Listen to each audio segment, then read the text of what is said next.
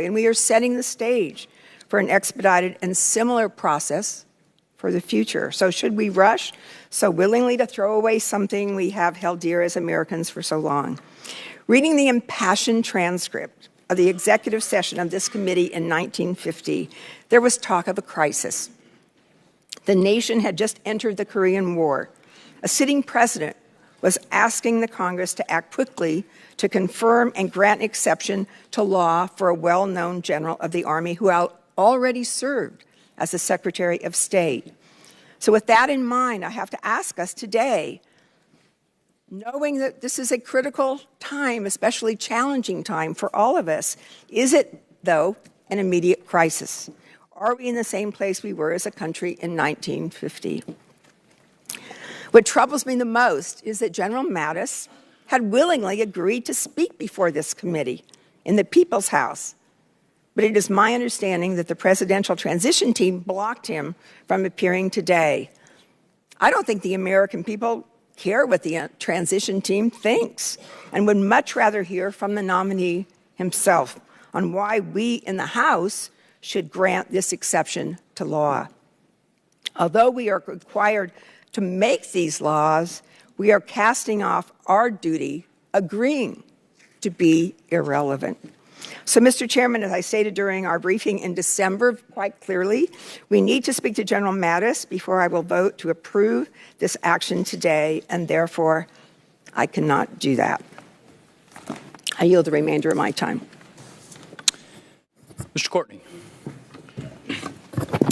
Thank you, Mr. Chairman. Mr. Chairman, again, I want to basically associate myself with the remarks of Mr. Smith and Ms. Davis. But I would like to, again, just make one point that I think a lot of us who are struggling with this vote today want to make clear, which is that none of our criticism of this bill is aimed or intended to really be aimed at all at General Mattis himself. Again, as has been stated, he has been a frequent flyer at this committee, has testified a number of times, and I think is just an incredibly impressive individual who, if you watched his appearance at the Senate Armed Services Committee today, once again demonstrated really the, I think, very balanced, reasonable approach that he takes to a whole variety of issues in terms of use of military force, his, again, abhorrence of torture as any kind of sanctioned policy of this government, and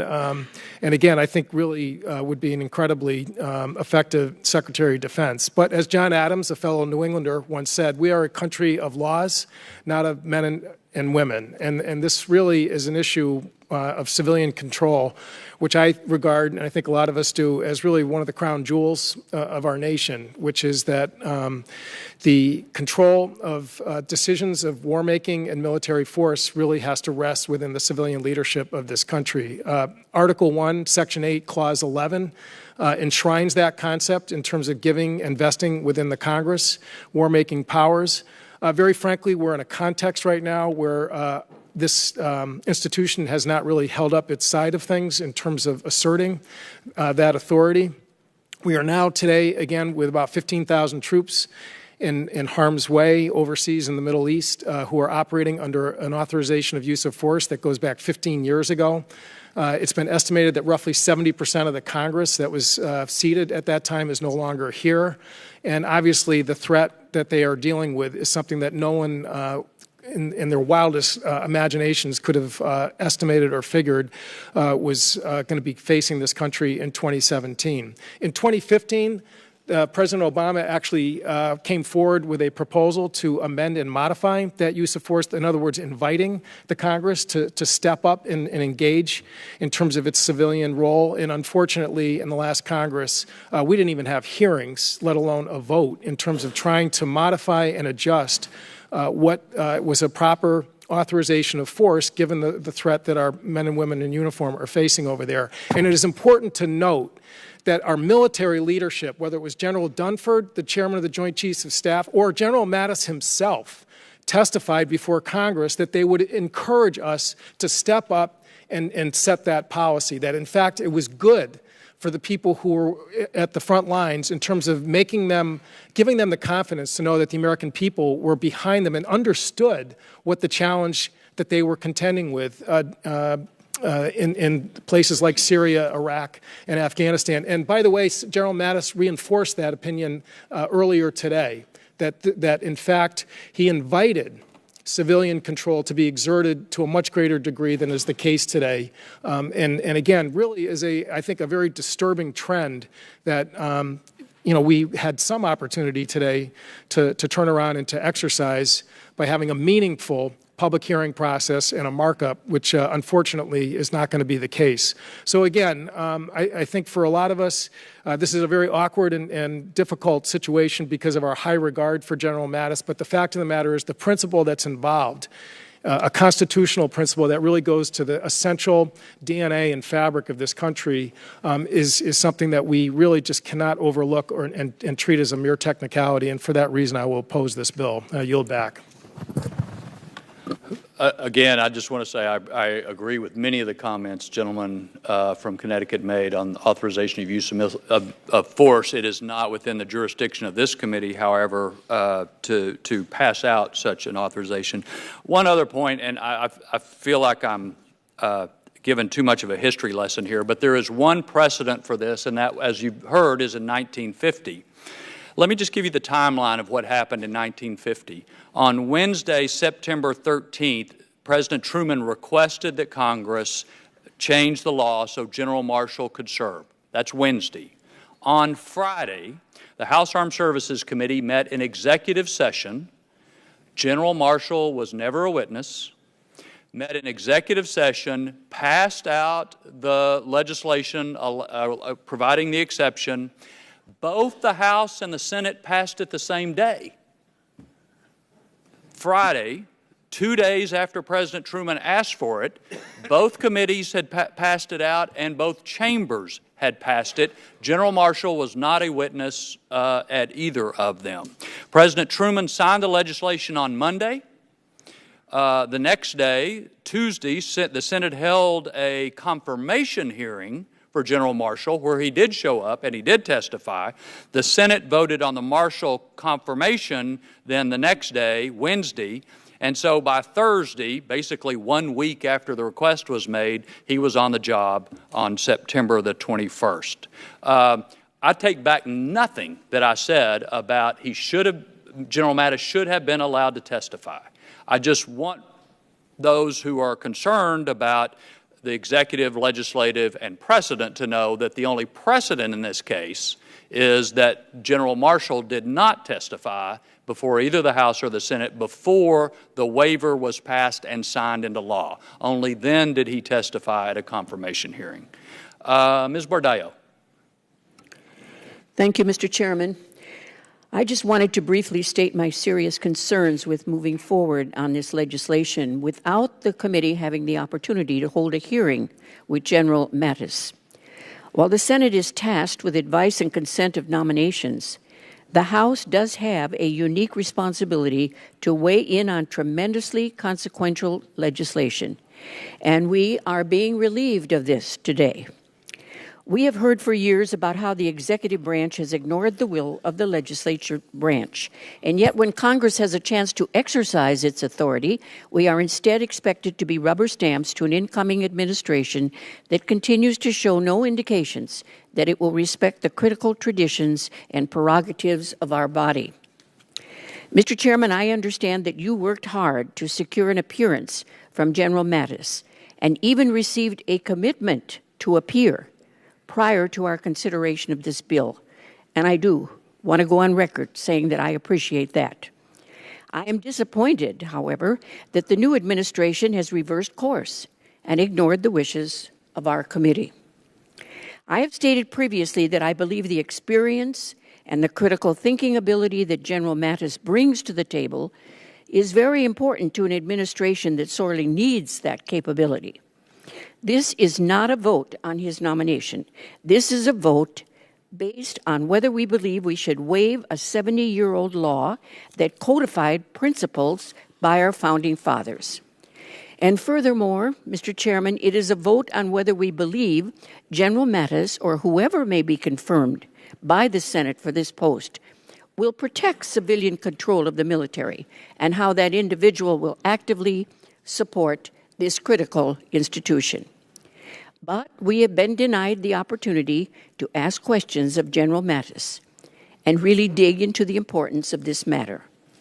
And because we did not have our rightful opportunity to ask substantive questions of the General, I do not see how I can support this legislation without directly undermining this committee and this House. Mr. Chairman, I thank you and I yield back. Mr. Byrne. Thank you, Mr. Chairman. The ranking member alluded to the potential for a Rules Committee meeting at 1 o'clock tomorrow morning. I have tremendous respect for the gentleman from Washington, but as a member of the Rules Committee, I thought I could inform this committee that the Rules Committee will start meeting at 3:30 this afternoon on another matter. It's anticipated that the Senate bill will come over to the Rules Committee while the Rules Committee is in the throes of that particular hearing. It is important to the Rules Committee, I think I can say this on behalf of Chairman Sessions and all the members, that we hear from the Committee of Jurisdiction. And because the Senate bill and the bill before this committee at this point in time are identical, then the vote of this committee is very important to us, and I think would very much inform the decision of the Rules Committee whether or not to make this bill or the Senate bill in order and how we would make it in order. So I appreciate the fact that it's being done this way, and I don't think it's going to be done in the dead of night.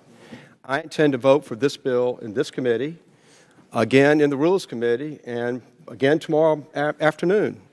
Ms. Cheney and I may be the only people in here who get to vote on this 3 times. And why would I do that? Because on January the 20th, the men and women in uniform of the United States need a Secretary of Defense. I don't think that there's that much, if any, opposition to the particular person who's involved here. I hear nothing but the greatest of praise for General Mattis from people on both sides of the aisle. I understand the objections that have been stated. This is not the ideal way to do this, but I'm thinking first and foremost about those men and women that wear our uniform. And for them, I intend to vote for this bill 3 times to make sure they have the right person as their Secretary of Defense on January 20th. And I yield back. Mr. Langevin. Thank you, Mr. Chairman. Let me begin by saying how extremely dismayed I am that we're not provided the opportunity to consider the policy legislating on this matter at hand. And I want to associate myself with the comments of Mr. Smith and my other colleagues on this topic. And Mr. Chairman, I understand what a difficult position you are in, and I appreciate the comments and reflected your frustration on this issue as well.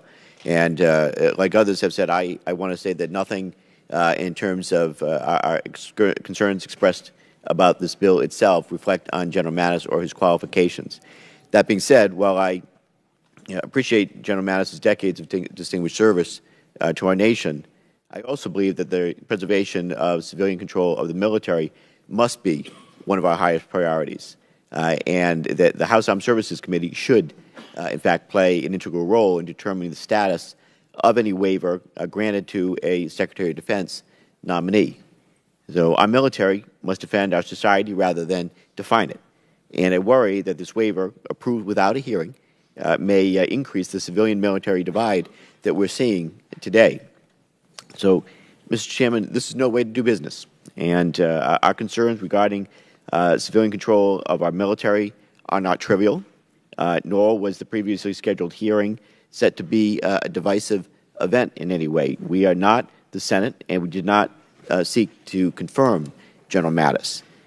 However, the incoming administration was provided an opportunity to begin its relationship with our members on the right foot by engaging with us through an open hearing into civilian control of the military.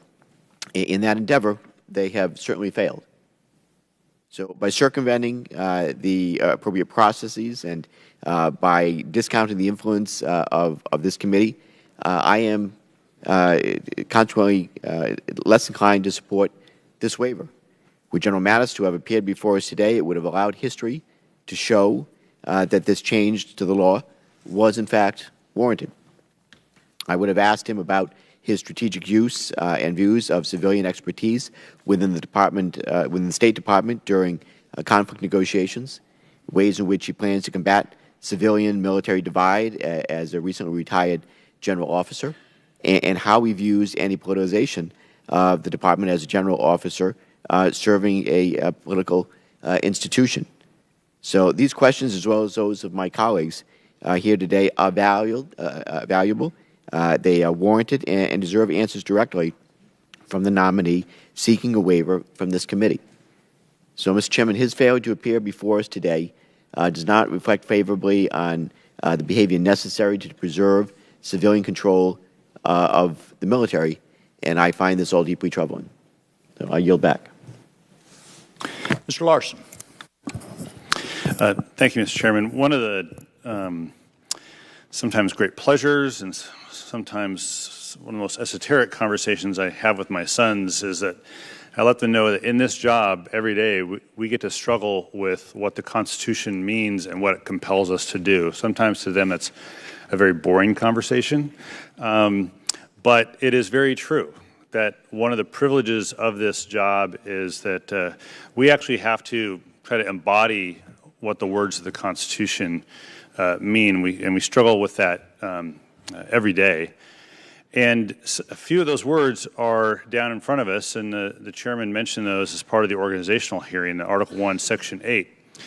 And that is really the civilian control of the military. We have that job to organize the department.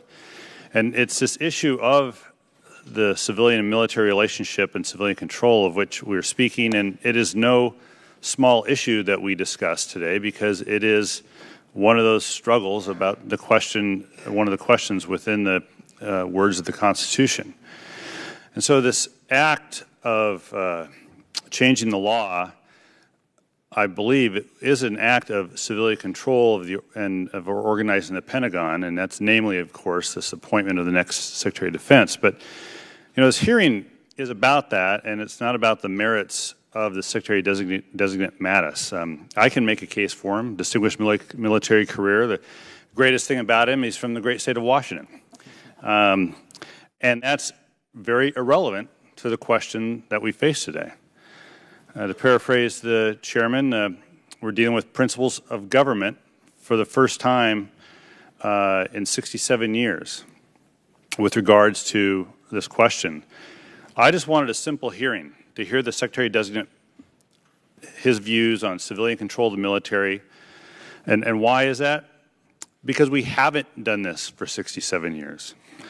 When you do something so rarely, surely you can spend a mere moment of those 67 years to find out what the views are of the person that you're planning to put in a position of Secretary of Defense, especially one coming out of the military, especially one coming out of the military within that time frame that the existing law sets.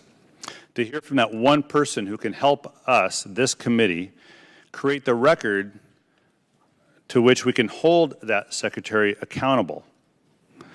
This oversight is no small issue. This committee oversight is no small issue.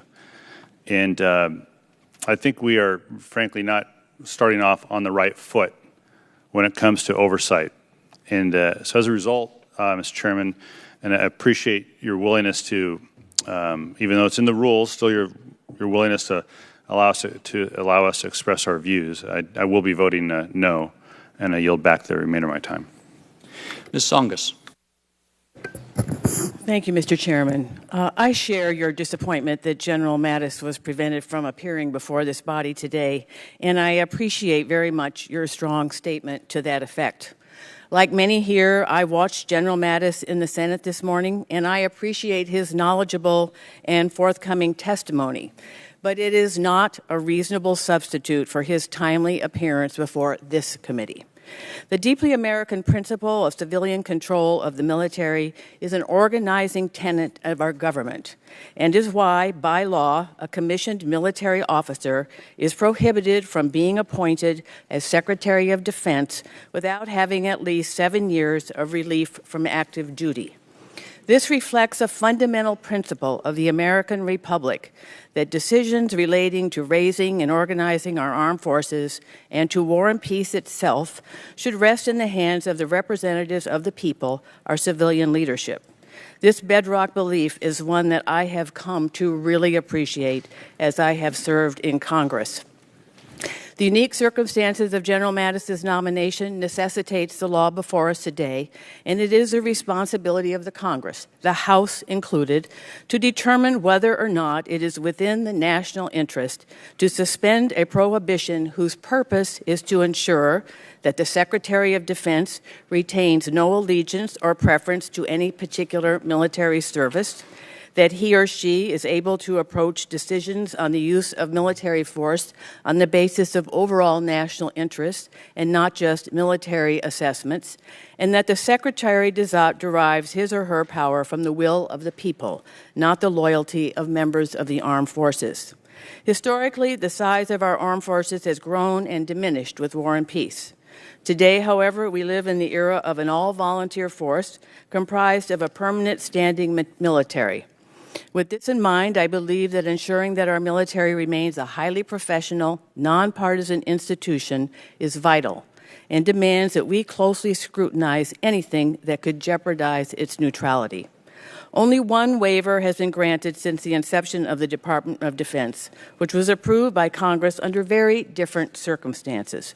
The Korean War effort was faltering as the department itself was struggling to stand up. Importantly, that waiver authorized General Marshall to take the office by name, and I continue to have reservations about the lack of specificity in the waiver request before us today. I will be opposing the legislation under consideration today for several reasons, none of which have to do with the merits of General Mattis, whose esteemed service to this country is not in question. I believe that this committee should have had the opportunity to better understand how the General intends to safeguard the value of civilian control of the military in light of his very recent service. I am deeply disappointed and concerned that his time with us was canceled by the Trump transition team, preventing us from exercising our authority and responsibility on behalf of the American people. I also have strong reservations regarding the language of the bill that is likely to come over from the Senate tomorrow. One major shortcoming, again, is that the bill fails to designate General Mattis by name. With that, Mr. Chairman, I will not support the legislation under consideration today. Thank you, and I yield back. Mr. Gallego.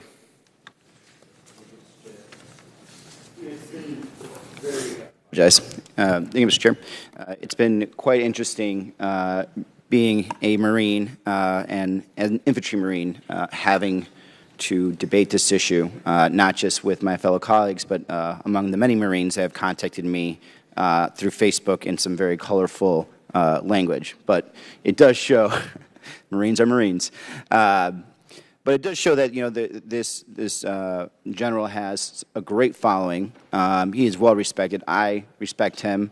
I wish that he would be here, not because I wanted to take part in the advice and consent clause that the Senate should be doing, but to actually talk about historically what are we actually doing.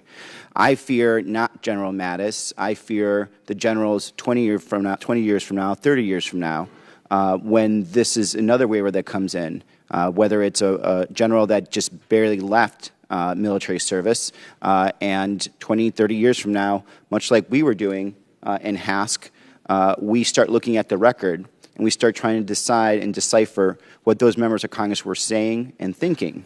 Like, let's be clear about one thing. When General Marshall was given this waiver, there was a lot of debate around this. And it was a debate among mostly men who, a vast majority of them had just finished serving in World War II. They had vast respect for General Marshall. They had a very intimate understanding of the military. And even then, those members of Congress were saying that this might be a bridge too far.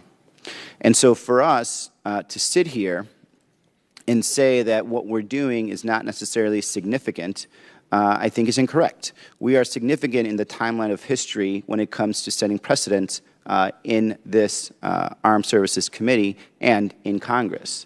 So, I will be voting no, and I encourage people to vote no because we need to make sure that we're establishing the historical argument and reinforcing the historical argument for civilian control of our military. This is not a vote against General Mattis.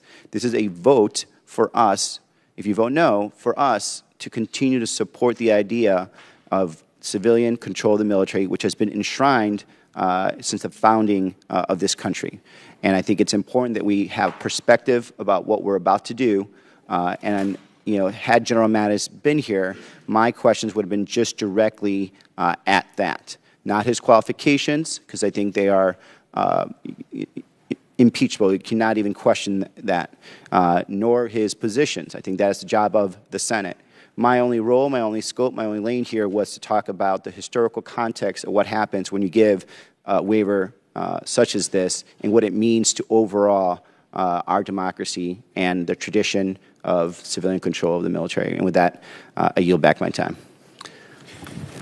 Related to the gentleman's comments, let me just make sure everybody knows this committee will prepare a report based on our action today, and all members will have the opportunity to include additional or dissenting views in that report. If one goes back and reads the report from 1950 executive session, it's very interesting. And I don't know that it's always as you look at that debate, I don't know that it always puts them all in a light, but it is interesting, as General points out, history is being made. My point is everybody will have a chance to contribute to that history. Mr. Wilson. Thank you, Mr. Chairman. I support the legislation, keeping in mind that I equally support and respect the principle of civilian-military relationship.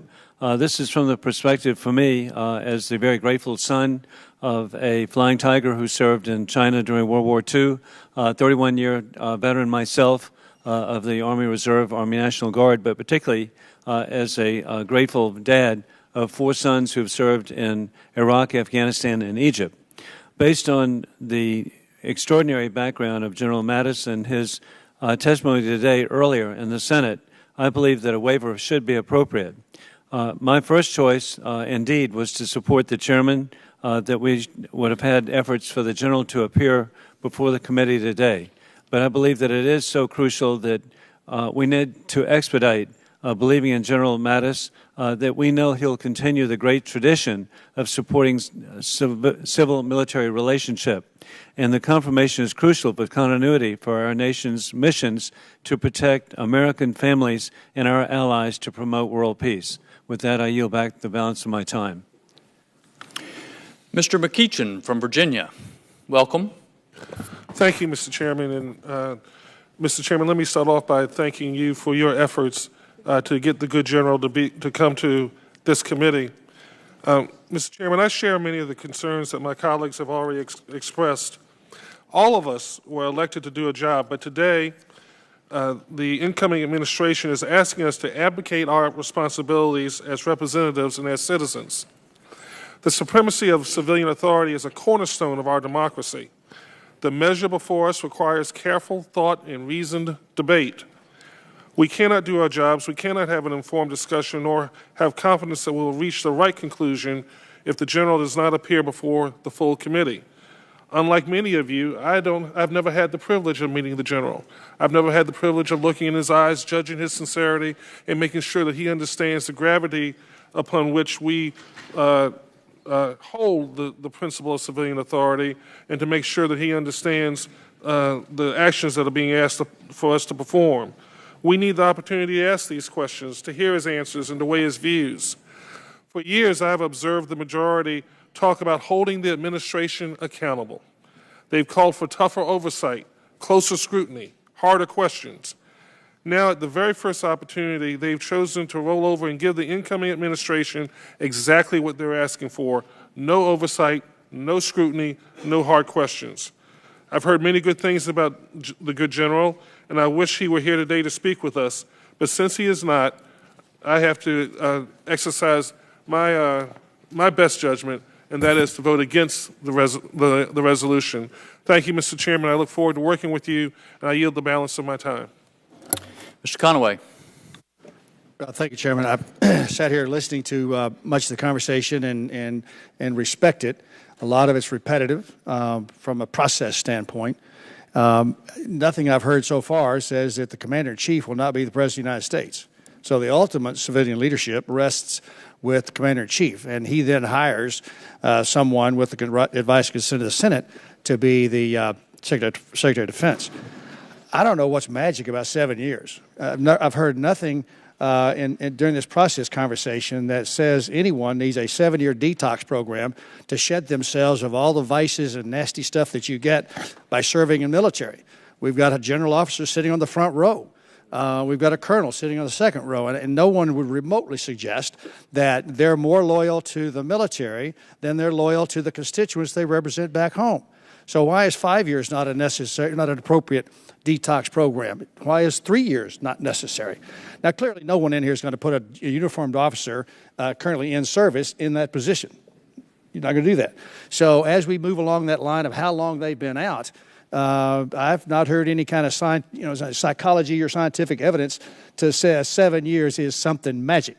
Mr. Mattis has been out over 4 years. And so I'm quite comfortable saying that he's going to be more respectful of the civilian that he approaches that job with than his previous service as a military man. And the conversation, the debate has been high-minded and respectful, and I understand that. But this is going to be a party line vote. And you're going to send the next Secretary of Defense into his role to lead every man and woman in uniform with a split vote between the majority and the minority. And that does not send a very good message. I can assure you, those young buck sergeants and E4s, E3s out there that are going to be asked to follow the instructions of the civilian leadership would be much more impressed if it was a unanimous vote for Mr. Mattis. And so however you couch your language, I'm voting for Mr. Mattis to be Secretary of Defense today. My vote on this bill will be for Mr. Mattis to be Secretary of Defense. The process, I got it. You can make those arguments, and you've done that very, very well. I respect that. But for me and my vote, it's to vote for Mr. Mattis to be the Secretary of Defense. With that, I yield back. Well done. Mr. Peters. Thank you, Mr. Chairman. Like you, I also believe strongly that the founders had it right when they established laws to maintain civilian control over the government and armed forces. And like you, I was excited to hear about President-elect Trump's choice to nominate General Mattis for Secretary of Defense. He's a man of exemplary experience who has the strength to guide our nation's military at a time when we face new and dynamic threats at home and around the world.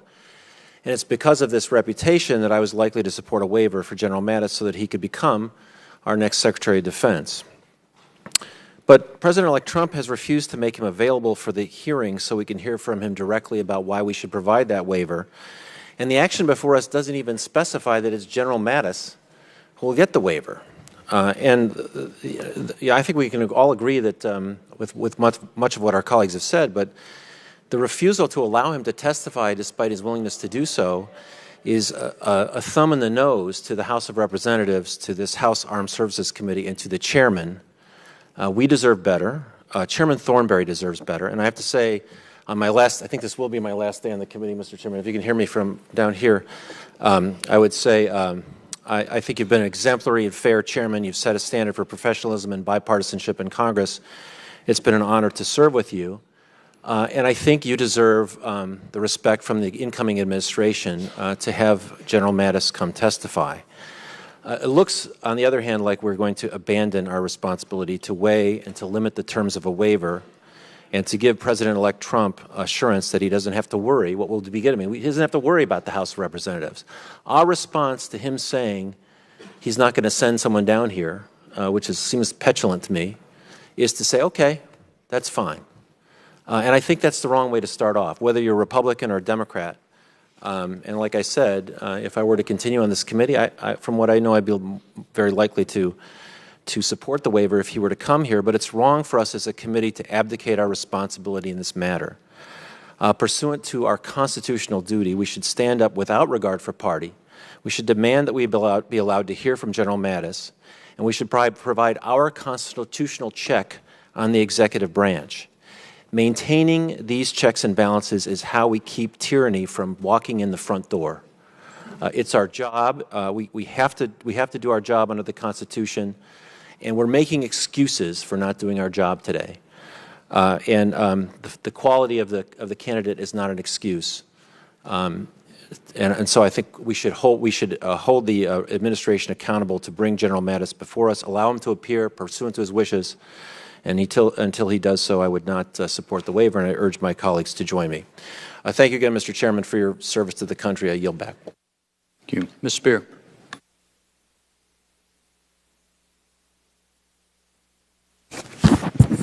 Thank you, Mr. Chairman. In 1935, General George Marshall wrote to a colleague, and I quote, "The great man is he who makes the minor adjustments, without dishonor, that permit the great issues or important matters to be carried to proper completion," unquote. This quote perfectly sums up today's hearing, and I'm afraid it's not a very flattering one on the actions that this committee is poised to take. It shows that General Marshall, who was the last and only nominated Secretary of Defense to be allowed a waiver, would not have approved of the committee's actions here today. This legislation needs not so minor adjustments in order to be carried to proper completion. And I fear we are all courting dishonor because of the refusal to make these changes. I speak, of course, of the two major problems with H.R. 393 that we have been discussing here today. The waiver must be amended so that it applies only to General Mattis. Otherwise, it becomes a blanket waiver for any nominee who meets the conditions, and that's unacceptable. And it must waive the Uniform Code of Military Justice for General Mattis specifically, so that he cannot be brought before a court-martial for laws that civilians are not subject to. It is critical that the Secretary of Defense be a civilian, subject solely to the civilian rules of law. As it stands, this legislation creates a permanent imbalance between the civilian and military leadership roles in the Department of Defense and flies in the face of a core principle of our democracy, which requires civilian control of our military and government. As another general and president once warned us, quote, "We must guard against unwarranted influence, whether sought or unsought, by the military-industrial complex. The potential for the disastrous rise of misplaced power exists and will persist," unquote. This is less about General Mattis, who is and has indicated that he's inclined to come and appear. It is more about non-elected Trump transition staff and about a fear I have that the president-elect views the executive branch not as a separate and co-equal branch, but as a superior branch. We shall not be rolled over by the executive branch in our responsibilities as a separate and equal branch of government. Mr. Chairman, I applaud your leadership and your intellect, and I regret that I must join my colleagues in respectfully voting against this waiver, and I yield back. Mr. Russell. Thank you, Mr. Chairman.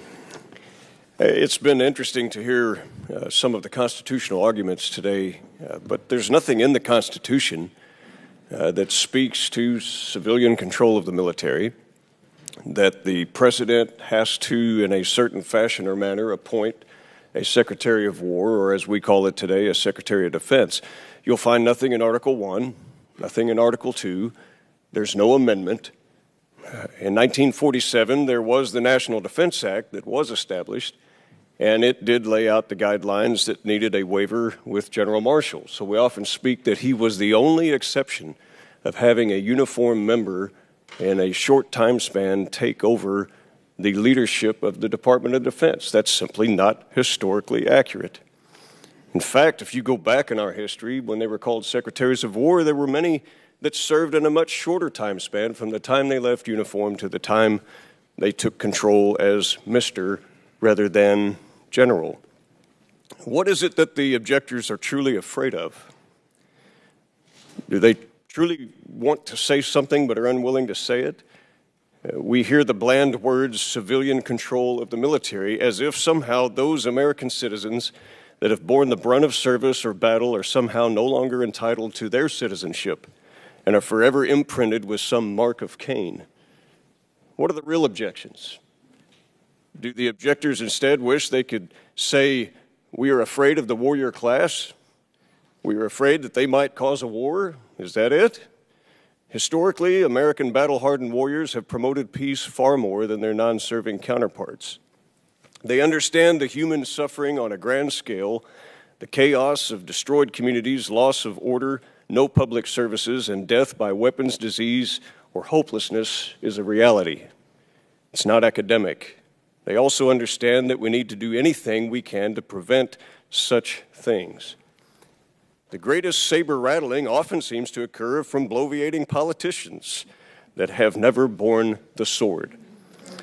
Do the objectors also wish to say we're afraid that they might take over the government? I don't know. Historically, if there was ever an opportunity for that concern, it was in the 1790s. President George Washington, a general, had commanded at the highest level of our nation and was revered. He appointed to Secretary of War, what we call Secretary of Defense today, men like Henry Knox, a general, Timothy Pickering, a general, James McHenry, a military surgeon, and his Treasury Department, he appointed Alexander Hamilton, a major general, and Oliver Wolcott, a general. For the equally important post of AG, he appointed men like Edmund Randolph, a general, and William Bradford, a colonel. If there ever was a nascent time and country with military leaders in charge that had the most at stake and generals in the most important post, it was then. Instead, General Washington relinquished the most powerful position in the land and peacefully transitioned government and refused a third presidential term, something that many of the opponents cannot say with their own party. And instead, what we see is a peaceful transition of government led by example. He set the example. We should have expected no less from General Washington, for he, like all the other warriors, truly understood what it meant to serve the country. If you look at our own secretaries of state, historically, nearly 1/3 had military service, with no less than 10 obtaining senior rank. Notable men like Edmund Randolph, Timothy Pickering, James Monroe, James Buchanan, Lewis Cass, George Marshall, Dean Acheson, Dean Rusk, Henry Kissinger, Cyrus Vance, George Shultz, James Baker, Alexander Haig, Warren Christopher, and Colin Powell remind us that military leaders have often made the most competent leaders of our foreign policy. Why no such concerns there about military takeover of diplomacy? One could argue that it's almost as if America seems to have a phobia of civilian control of diplomacy. Their achievements were so notable, we often forget that they even served in the military at all. General Mattis is a warrior. He will put the national security and peace of the United States above all other concerns and will uphold and defend the Constitution. He will do it with humility, distinction, honor, and continued selfless service. He needs to be wavered and confirmed immediately for the good of our warriors that serve and defend us at night and for the good of the country. Thank you, Mr. Chairman. I yield back my time. Chairman yields back. I'm certainly not going to cut anybody off. I just want members to know that in roughly 30 minutes, we're going to have about an hour's worth of votes on the floor, and we just want to keep that in mind. Mr. Garamendi. Thank you, Mr. Chairman. With great respect to my colleague and the recent comments that he's made, this is in no way demeaning or in any other way putting down or saying anything negative about the extraordinary military and members of this committee and others past who served in many different positions. This is really about the Constitution, Article 1, Section 8, which says it is the Congress that has ultimate control. There should be no doubt in our minds here that General Mattis is an extraordinary individual and will undoubtedly serve, just as the gentleman said, with distinction and honor. However, there should also be no doubt in our mind that this is the first instance in this new Congress and soon with the new administration of the ongoing power struggle between the Congress and the administration. We've seen this in the past when the Congress of the United States in the last Congress did not take up its responsibility to issue a declaration of war, or as we now call it, an authorization to use military force. The Senate did. The House of Representatives did not. We abdicated the most important power that we possess. And in fact, this committee exists for one reason, and that's to carry out the constitutional responsibility given to it in Article 1, Section 8. We're about to lose the very first power struggle, traditional down through history, between the administrative branch and the Congress. The chairman and the ranking member correctly asked that General Mattis appear before this committee. He agreed to do so, but he was told not to appear. You can take a look at this any way you want to, but this is the first of what will be many issues that will face this committee and this Congress about our role as given to us in the Constitution. It was read to us at the outset of this hearing. The civilian control of the military is fundamental. General Washington gave up his commission to become president, and indeed he did bring into positions, as we have historically, military men and women who have performed with exceptional grace, dignity, and worthiness. However, this is about why this committee exists at all. And for us to allow a nascent administration, not yet in power, to deny us the opportunity to hear from the next Secretary of Defense is not in our long-term and even short-term interests. Two major issues have been raised about the way in which the current legislation is written, both important. It's open-ended.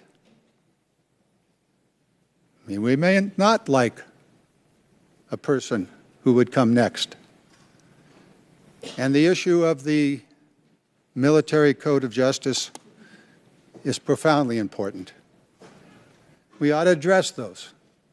And my good colleague from at the other end of this row could take up this matter in Rules Committee and allow us to amend the legislation on the floor. If we were to do that, then the Senate would be in a bind, wouldn't it? They might actually have to have 60 votes to pass the legislation, but it's because they want to avoid that we are now denied the opportunity to amend the bill in a way that it really should be done. But the Rules Committee could give us that opportunity. We're going to take this up. Hopefully we'll do what is right along the way here. But I just want to remind us that this is the first of many incidents. And the previous Congress and the previous Congress before that waived the most fundamental of our obligations. I hope we do not begin this Congress in the same way, but I fear that we're about to. For all these reasons, I intend to vote no. Mr. Moulton. Thank you, Mr. Chairman. I'd just like to begin by acknowledging my friend Mr. Conaway's comments. In fact, in our closed-door roundtable, numerous reasons were given for why this time period, originally 10 years, but now 7 years, exists in the law. And just as one example, in a department sometimes known or infamous for its inter-service rivalries, one concern is that recently retired members of the military will have a particular allegiance to their particular service. Now, as a Marine veteran myself, it's hard to imagine a retired Marine general having any particular allegiance to the Marines. But perhaps, Mr. Chairman, that's just because my own detox is going well. Mr. Chairman, it is a true honor to serve on this committee. I'm so proud, as an American and as a Marine veteran, to serve here and to serve under you. You are someone I brag about often back in my home state of Massachusetts. But because our duty on this committee is to live up to the Constitution that you read in your opening remarks, I do not think this is a proud day for this committee. And my colleague and fellow warrior, Mr. Russell, raised in a very eloquent speech numerous examples of military leaders who have proudly served in our civilian government. Most of these are from the past. Most of them, in fact, served at a time when we still had slaves. There are laws that we have passed as a Congress that we ought to abide by. One of those laws was, in fact, the Defense Act of 1947.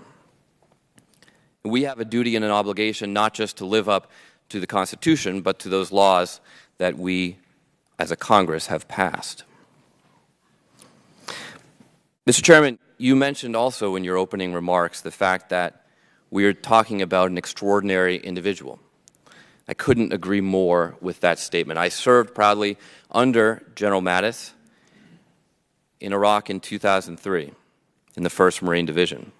But you also mentioned an extraordinary situation. And I think we all know what that means. And I believe we have a duty on this committee to live up to our private words and concerns with public debate. Fundamentally, that is our job. That is our duty under the Constitution. It is our obligation to the American people and to the men and women who put their lives on the line for that Constitution and for us every single day. Thank you, Mr. Chairman. I yield back. Mr. Turner. Thank you, Mr. Chairman. You began this day telling us about the bipartisan commitment of this committee, which should be a record, I think, that is honored. In this discussion, we've heard such words as dishonor, tyranny, threat to the Constitution, democracy, and even a question as whether or not members who support this take seriously their responsibilities to this committee. Well, while all those statements were being made, Representative Bishop next to me pointed out that on C-SPAN 2, the Senate took up the matter of General Mattis and the issues of a waiver, and the vote was overwhelmingly bipartisan at 81-17. So I'm going to be very proud to join the overwhelmingly bipartisan group in the Senate that voted in favor of this as we vote in favor of this today. Thank you, Mr. Chairman. Mr. Khanna, did I get that right?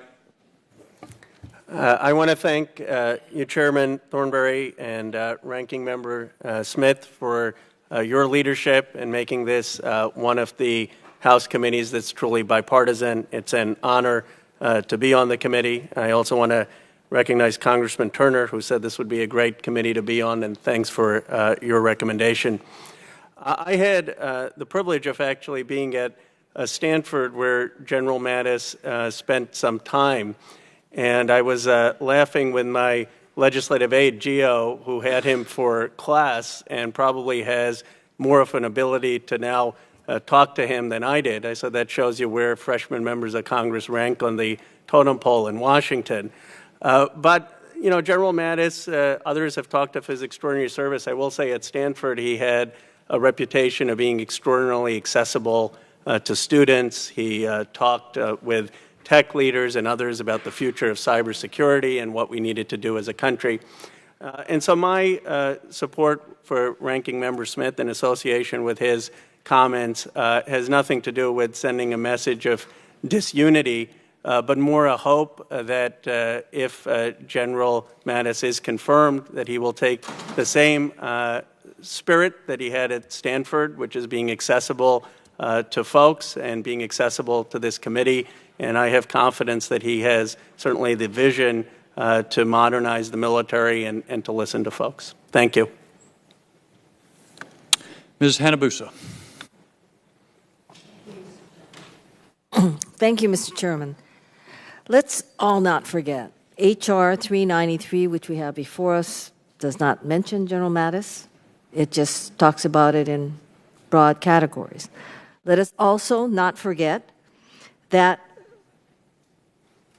legislatures, Congresses before us felt that it was necessary to have limitations, whether it began at 10 years and went to 7. The one thing we must not forget is they never did away with it. And there's a reason why.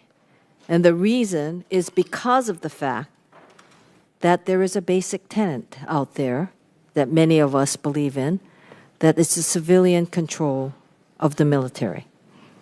And this brings us to General Mattis, because of course we can't have this discussion without that in context. In 2016, General Mattis edited Warriors and Citizens, The American Views of the Military, Hoover Institute Press, and Chapter 11 of that book is one that he authored. It's called Ensuring a Civil-Military Connection. He was very concerned about this very topic. He talked about 40 years of an all-civilian, an all-volunteer military, 15 years of continuous war, and what is that impact on the military? He also kept mentioning the relationships between the civilian society and military has to be strong and has to be healthy. And it has to be based on respect and understanding. He made it a point to say the scholars of civil-military relations are always fixated on the risk of military insubordination to the civilian control. He also says scholars of civilian-military relations worry inordinately about the prospects of the American military growing resentful of its civilian masters. These are very poignant words in the context of what we are looking at today and what the Senate will do. We are not confirming him. We're not saying, General Mattis, you can't be this if the waiver goes through. We're not saying that. All we're saying is that as the equal house in the United States Congress, we as members of HASC should have had the opportunity to ask him about these thoughts, very thoughtful thoughts. But we need to know, or we have a right to know, what does he mean about the concerns that people have? How does he feel about the 7-year ban and why the waiver should be applicable to him? I think when you look and you read his writings, and he is called warrior monk, he's called mad dog, he's called all these variety of things. We, I believe, deserve the opportunity to hear it directly from him as to what his views are. Because this is a waiver that if people before us, the Congresses before us, thought it wasn't necessary, they could have done away with it. But they didn't. They kept 7 years. They put 10 years. Why? Why? What did they think that we should ignore today? What do we want to ask General Mattis?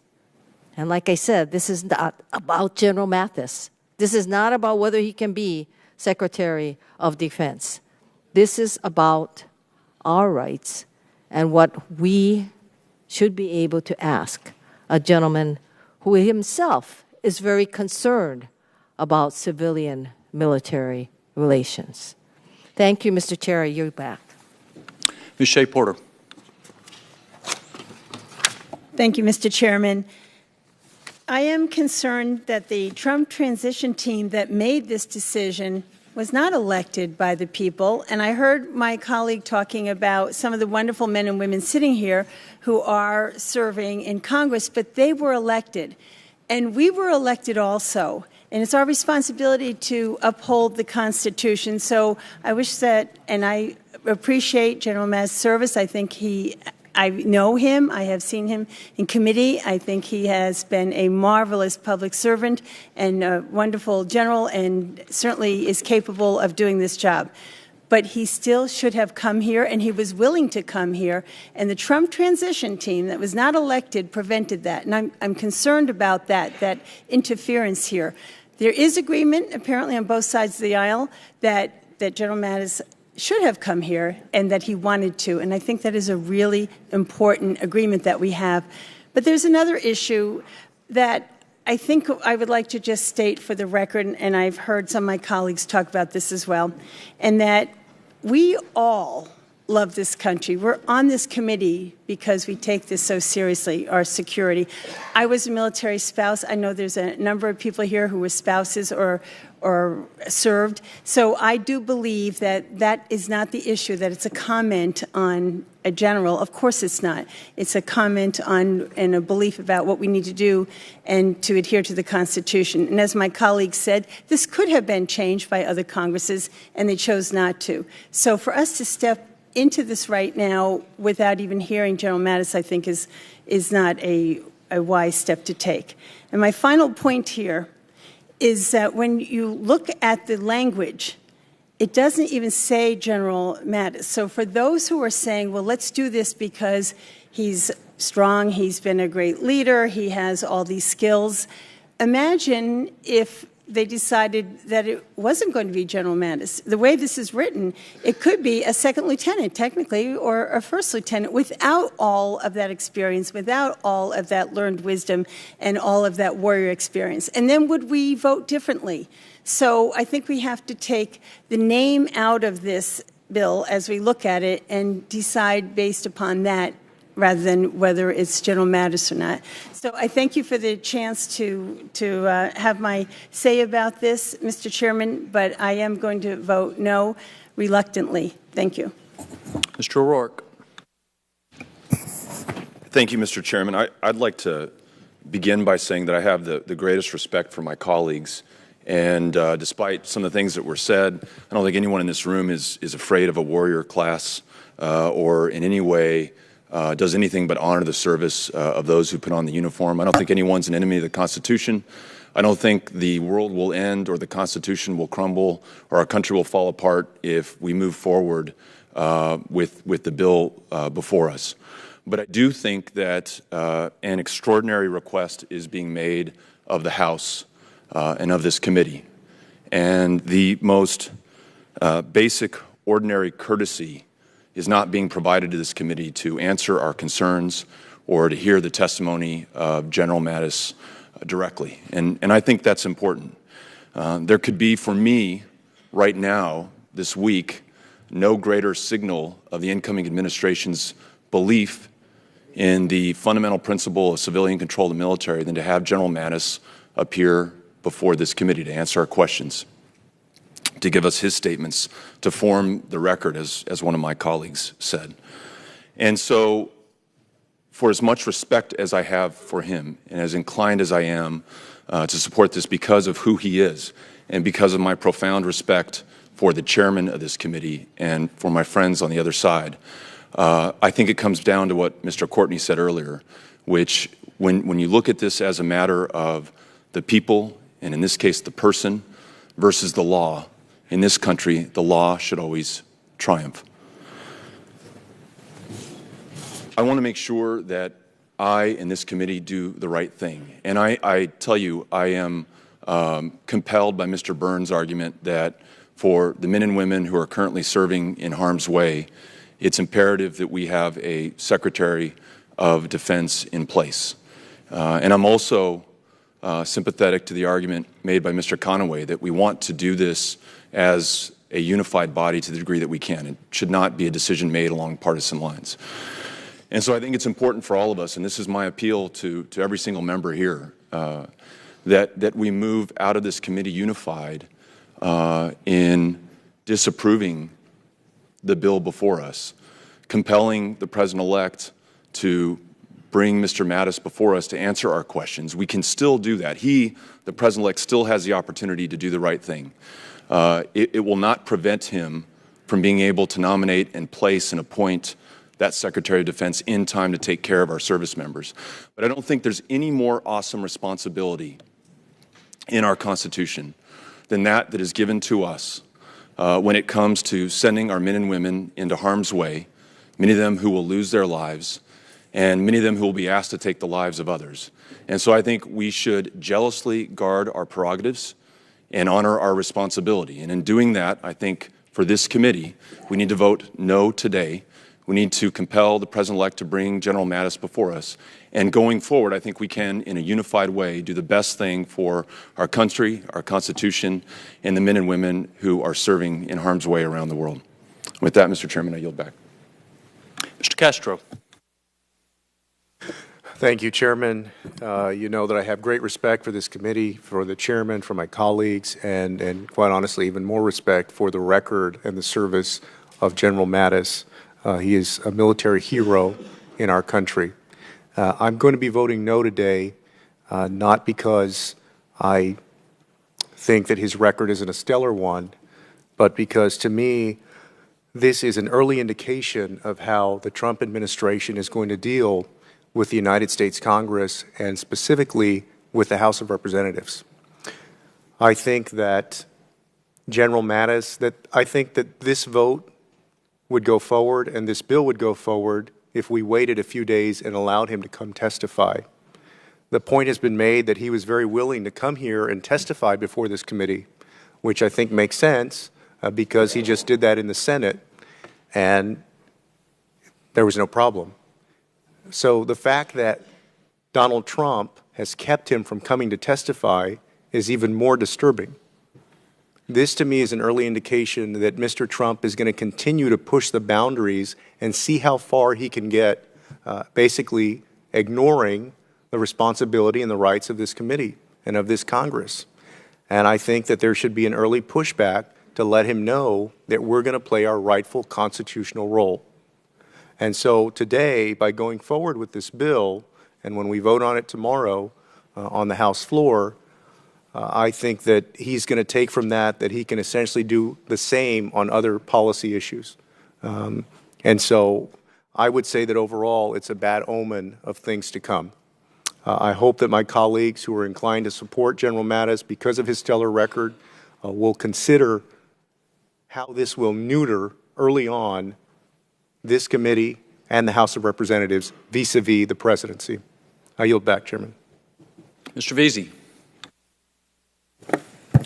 Thank you, Mr. Chairman. And General Mattis is a very tremendous warrior, and I have the greatest confidence that he would be a great Secretary of Defense. But the framers of the Constitution were clear in their belief that civilian control of the military is what would be best for our country. And winning freedom from Britain, the framers noticed that the king there controlled the military, and our founding fathers did not want that sort of arrangement here on American lands. I'm already very happy that General Mattis has already shown a streak of independence and speaking out about issues like climate change, his commitment to not use torture, and pushing back against the incoming administration and reaffirming America's role in maintaining our air superiority. I only wish that he would come before the committee and answer questions before us so we could make sure that he is going to keep this independent streak and answer some of these questions and concerns that people have before the House of Representatives. Therefore, I will be voting no, but do think that this man is one of the most tremendous generals that we've had in the history of the United States military. Thank you, Mr. Chairman. Ranking Member. Thank you, Mr. Chairman. And first of all, I can't make the argument any better than Mr. O'Rourke, Mr. Veazey, Mr. Moulton, a number of members have made it as to why it is important that we did have the opportunity to have General Mattis come before us so that we could be sure that this committee gets to do its job. I think those remarks were very well made and on point, as a number of other members were as well. I do want to just briefly apologize to Mr. Byrne. My 1 a.m. comment, I wasn't meant to imply anything. That's just what I'd heard. So you actually made me quite happy to find out that it's going to be a lot earlier than that. I wasn't, I've for years been a legislator, and I always find it interesting that no matter which party it is, when a controversial bill is passed, if it happens to be passed late, it was passed in the dead of night. And therefore, I've never believed that. It doesn't matter whether you pass it at 2 a.m. or 2:30 in the afternoon. It's the same bill. So I didn't mean to imply anything by that. Glad to hear that we are, in fact, going to be meeting earlier. And I guess the last thing I'd say is, I know the remarks about how, it would be great if we could be unified, and it would. But again, I want to just reference Mr. O'Rourke's remarks. We could be unified. We could be unified in standing up for the responsibility of this committee without harming any of the things that have been said. General Mattis could be sworn in as Secretary of Defense if we simply said, you know, appreciate you saying you're not going to send him. We're not going to vote for this until you do. And it has been told to me that this was some low-level transition person who made the decision not to send him.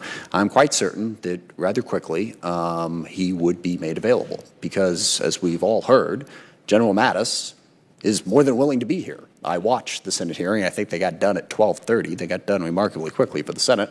You know, we could have heard from him and been done an hour ago. So what we're really asking is that the committee stand up for itself and say, no, you're not going to push us around. We do want to hear from him. And the last remark on that is, you know, it's great that the Senate voted 81-17 in favor of General Mattis. They had the opportunity to do their job as was intended. General Mattis, as I think most of us probably watched on TV, testified before them and answered their questions, not forever. Everybody had 5 minutes, did a good job. They had that chance. So it was a lot easier for them to take that vote. And the last thing is, you know, civilian control of the military is something that has been talked about, and you know, whether it appears in the Constitution or not, it's something that we have long held dear. And as I believe Mr. Moulton made the point, we also uphold the laws. And it is the law that you have to be out of service 7 years in order to serve as Secretary of Defense. And I would add that a number of members of this committee, including Mr. Conaway, actually voted for that 7-year. So if we didn't think it was reasonable when we were amending it from 10 back in, again, I think it was 2008, I forget when, we could have got rid of it. The law was made and it has a purpose, and I think some of the purposes have been brought out by other members of the committee. So there is actually a reason for it. And if there isn't a reason for it, during any number of the times that the Republicans controlled this body, or they could have got rid of it, or the Democrats for that matter.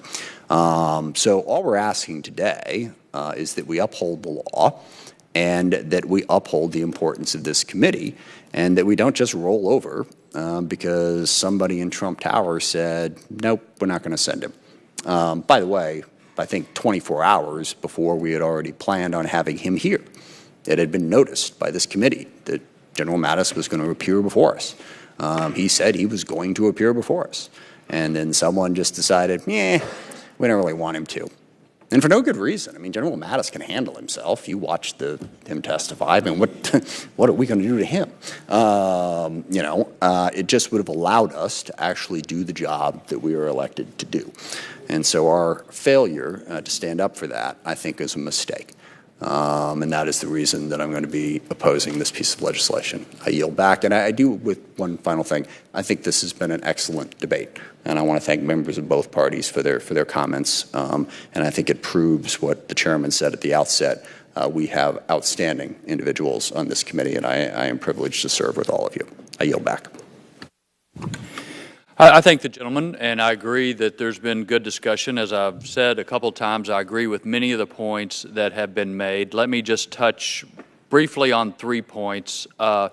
As far as the text of the legislation, I think at some point the comment was made that it's open-ended. Y'all have it in front of you. It says the section applies only to the first person appointed. It's got to be not within 3 years, but it could be less than 7. It's clunky, I admit, but everybody who voted for the CR, which on the Democratic side was everybody but Mr. Castro and Mr. Gallego, supported the legislation that said that. But the gentleman, just a quick point on the CR. We objected to that language. I just want to make it clear. The Democrats objected to that language. We just weren't prepared to shut down the government over it. No, I understand. Well, I didn't support everything in the CR either. Exactly. But my point is so that the CR language, imperfect as it is what has dictated what the language in the bill before us and the identical language in the Senate. As I said, I wouldn't have written it that way. But the reason it is the way it is, and it will apply to General Mattis, it will go away. If somebody else wants to do this, then a separate piece of legislation will have to move through Congress. Civilian control has been talked about a lot. I just refer members to the roundtable discussions as well as the testimony that the Senate had earlier this week. There's lots of parts of civilian control of the military. It's not a one string item. And so we're part of that. There's lots of parts of that. And the assessment of everybody who has at least talked to us in the Senate is that though all of the civilian control protections are strong enough that they support granting this waiver. Last point, lots of talk about the prerogatives of this committee and the House. A little bit of mention, a lot of mention about executive versus legislative, not nearly as much mention about House versus Senate, which is also an undercurrent here. I just want to remind everybody that the only precedent for this was 1950, and General Marshall did not appear before us or the Senate, and that bill was passed and signed into law. So the idea that we are doing something drastically different from happened in the past, that the Constitution's going to collapse because we're not standing up for ourselves, I think is at odds with the historical record. Now, none of that argues or means that I change my mind. This is a big deal. He should have been able to come up and talk to us. It would have got our relationship off on a good foot. It would have given him a very strong bipartisan vote of support. All of those reasons are absolutely true. And as I said in my opening statement, unfortunately, short-sightedness prevailed, but I do not believe that it is a constitutional crisis for us to follow the example that was done in 1950. If there are no, I'm sorry, one other point, and Mr. Byrne made it. All of this, the discussion that we've had here is important, but the rest of the story is men and women are risking their lives all around the world. They need a Secretary of Defense. Anything we do other than pass this bill today will mean they do not have a Secretary of Defense on January 20th. And I think it's important for the world, for them, to see that we have General Mattis in place to fulfill that important role on that day. If there's no further discussion without objection, the bill is considered as read for amendment and open for amendment at any point. Are there any amendments to the bill? If not, the chair recognizes the gentleman from South Carolina, Mr. Wilson, for the purpose of a motion. Mr. Chairman, I move that the committee adopt the bill H.R. 393 and report it favorably to the House with the recommendation it do pass. Questions on the motion of the gentleman from South Carolina, Mr. Wilson. So, members in favor say aye. Aye. Those opposed say no. No. Being the chair, the ayes have it. Gentleman request a recorded vote. The clerk will call the roll. Mr. Thornberry. Aye. Mr. Thornberry votes aye. Mr. Smith. No. Mr. Smith votes no. Mr. Jones. Aye. Mr. Jones votes aye. Mr. Brady. No. Mr. Brady votes no. Mr. Wilson. Aye. Mr. Wilson votes aye. Mrs. Davis. No. Mrs. Davis votes no. Mr. Lobiondo. Aye. Mr. Lobiondo votes aye. Mr. Langevin. No. Mr. Langevin votes no. Mr. Bishop. Aye. Mr. Bishop votes aye. Mr. Larson. No. Mr. Larson votes no. Mr. Turner. Aye. Mr. Turner votes aye. Mr. Cooper. No. Mr. Cooper votes no. Mr. Rogers. Aye. Mr. Rogers votes aye. Ms. Bordallo. Ms. Bordallo votes no. Mr. Franks. Aye. Mr. Franks votes aye. Mr. Courtney. No.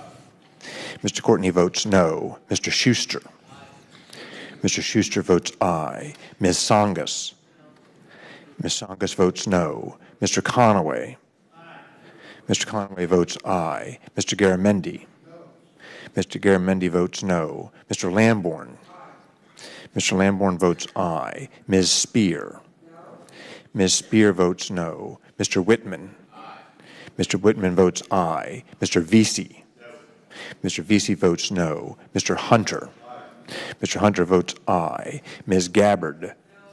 Ms. Gabbard votes no. Mr. Kaufman. Aye. Mr. Kaufman votes aye. Mr. O'Rourke. No. Mr. O'Rourke votes no. Mrs. Hartzler. Aye. Mrs. Hartzler votes aye. Mr. Norcross. No. Mr. Norcross votes no. Mr. Scott. Aye. Mr. Scott votes aye. Mr. Gallego. No. Mr. Gallego votes no. Mr. Brooks. Aye. Mr. Brooks votes aye. Mr. Moulton? Mr. Moulton votes no. Mr. Cook? Mr. Cook votes aye. Mrs. Hanabusa? Mrs. Hanabusa votes no. Mr. Bridenstine? Mr. Bridenstine votes aye. Ms. Shea Porter? Ms. Shea Porter votes no. Dr. Wenstrup?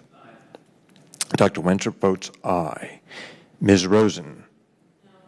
Ms. Rosen votes no. Mr. Byrne? Mr. Byrne votes aye. Mr. McEachin? Mr. McEachin votes no. Mr. Graves? Mr. Graves votes aye. Mr. Carbajal? Mr. Carbajal votes no. Ms. Stefanik? Ms. Stefanik votes aye. Mr. Brown? Mr. Brown votes no. Ms. McSally? Ms. McSally votes aye. Mrs. Murphy? Mrs. Murphy votes no. Mr. Knight? Mr. Knight votes aye. Mr. Khanna? Mr. Khanna votes no. Mr. Russell? Mr. Russell votes aye. Mr. Peters? Mr. Peters votes no. Dr. Desjardins? Dr. Desjardins votes aye. Mr. Aguilar? Mr. Aguilar votes no. Dr. Abraham? Dr. Abraham votes aye. Mr. Castro? Mr. Castro votes no. Mr. Kelly? Mr. Kelly votes aye. Mr. Gallagher? Mr. Gallagher votes aye. Mr. Gates? Mr. Gates votes aye. Mr. Bacon? Mr. Bacon votes aye. Mr. Banks? Mr. Banks votes aye. Ms. Cheney? Ms. Cheney votes aye.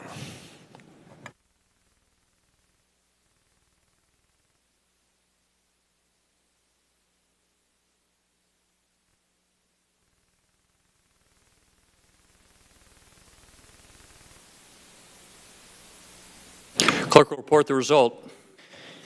Mr. Chairman, there are 34 aye votes, 28 no votes. Quorum being present, the motion is adopted, and without objection, a motion to reconsider is laid upon the table.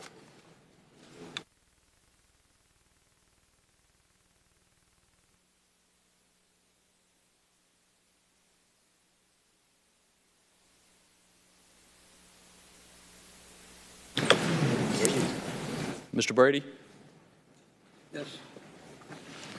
Yes, Mr. Chairman. Consistent with House rules, I would like to assert the right of any member to file supplementary, minority, additional, or dissenting views for inclusion in the committee's report to the House on the bill just ordered reported.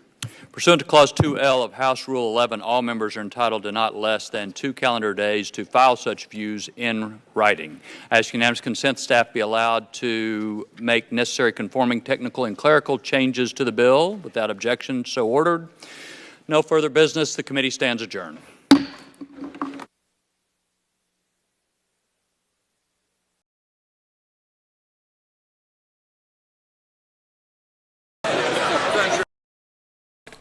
All right. Thank you very much, everyone, for joining us and choosing Golden State Times as your stream of choice. They will vote tomorrow to see if they're going to get the waiver granted for General Mattis.